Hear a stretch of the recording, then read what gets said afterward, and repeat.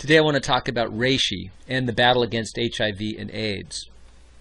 Reishi is one of the top medicinal plants in the Chinese herbal system and has been called the mushroom of immortality.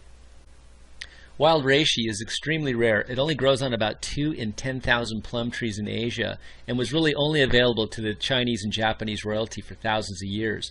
But in the 1970s, the Japanese figured out how to cultivate it, and now it's pretty much available to everybody.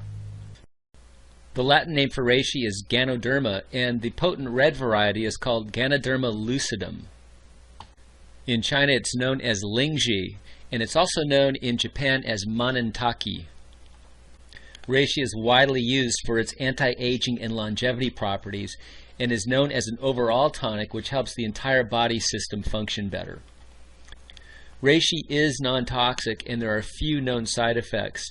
Interference with other drugs could be possible, especially with immune suppressants, because reishi does stimulate the immune system. And because it's been well documented of reishi's ability to strengthen the immune system, it is also known as the Great Protector. The active components of reishi include both beta-glucan polysaccharides and triterpenes in the form of ganodermic acid.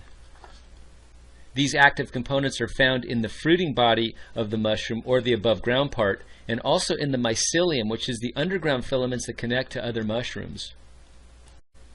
And it's now being shown that the spores can contain up to 70 times the amount of these active constituents.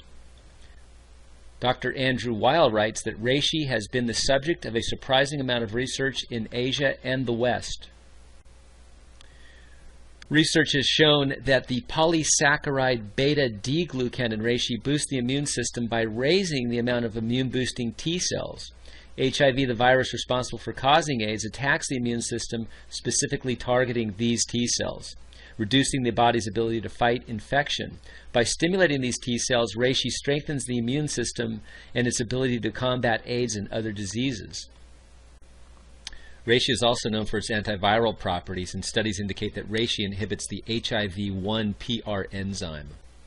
And some well-known U.S. medical websites like the Memorial Sloan Kettering Cancer Center and WebMD.com list reishi as a component in the treatment of AIDS.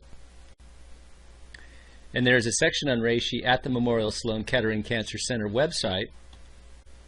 And quoting from the website, derived from the cap and stem of the mushroom, reishi mushroom is used as an immune stimulant by patients with HIV and cancer. The active constituents are thought to include both beta-glucan polysaccharides and triterpenes. Reishi contains over 400 bioactive components and is an approved cancer drug in Japan. The Japanese evidently recognize reishi's ability to stimulate interleukins which combat tumors, as well as its immune-enhancing properties. Studies also show that the glucans in reishi help immune cells bind to tumor cells. Another substance in reishi called canthaxanthin slows down the growth of tumors according to the Prescription for Dietary Wellness by Phyllis A. Balch and other experts. There have been numerous medical journals published in the U.S. National Library of Medicine which have shown reishi to be effective.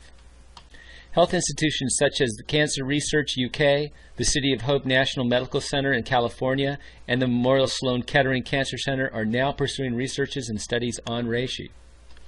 And a study in Japan at the Toyama Medical and Pharmaceutical University indicated that ganodermic compounds in reishi were found to be active as anti-HIV-1 agents.